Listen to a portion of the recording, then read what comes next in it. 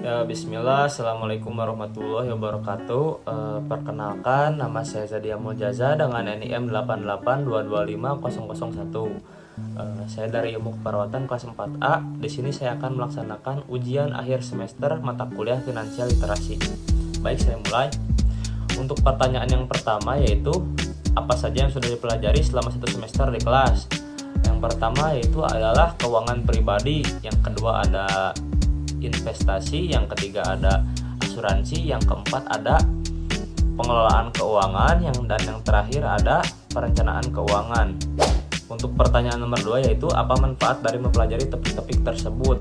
Manfaat dari mempelajari topik-topik ini adalah memahami cara mengelola keuangan pribadi secara efisien, mengetahui berbagai instrumen investasi dan cara mengoptimalkannya, memahami pentingnya asuransi dan bagaimana memilih produk yang tepat, menyusun perencanaan keuangan jangka pendek maupun jangka panjang. Lalu untuk pertanyaan nomor 3 yaitu adalah riset kecil tentang reksadana.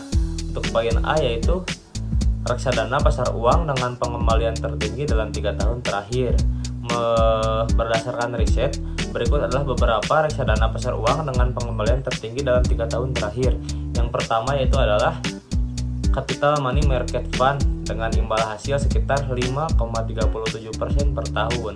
Yang kedua ada Shinhan Money Market Fund dengan imbal hasil sekitar 5,2% per tahun. Yang ketiga yaitu ada Setiabudi Dana Pasar Uang dengan imbal hasil sekitar 4,71% per tahun. Untuk poin yang B yaitu reksadana pendapatan tetap dengan pengembalian tertinggi dalam 3 tahun terakhir.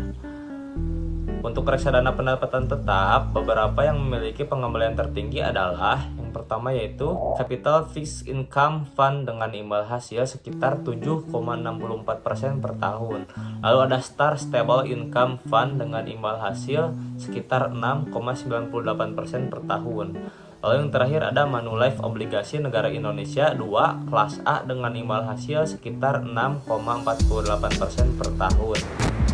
Lalu untuk pertanyaan nomor 4 yaitu adalah riset kecil tentang asuransi. Contoh produk asuransi untuk memproteksi kehidupan keluarga. Berikut adalah beberapa produk asuransi yang dapat melindungi kehidupan keluarga. Yang pertama yaitu adalah asuransi jiwa.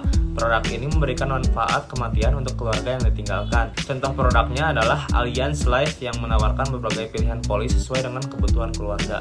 Lalu ada asuransi kesehatan. Produk ini menanggung biaya pengobatan dan perawatan medis. Contoh produk dari Prudensial atau AXA Mandiri AXA yang menawarkan cakupan luas termasuk rawat inap, rawat jalan, dan bedah. Lalu ada asuransi pendidikan. Produk ini menyediakan dana pendidikan untuk anak di masa depan.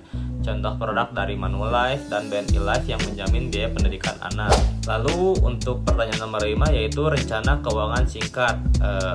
Untuk masa sekarang, contoh jumlah uang yang dikelola sekitar 5 juta. Cara mengelolanya yaitu menabung di bank dan mulai mempelajari investasi dasar seperti deposito dan reksadana pasar uang. Lalu ada saat lulus, jumlah uang yang dikelolanya sekitar 20 juta. Cara mengelolanya yaitu diversifikasi investasi ke reksadana pendapatan tetap dan sebagian kecil ke saham.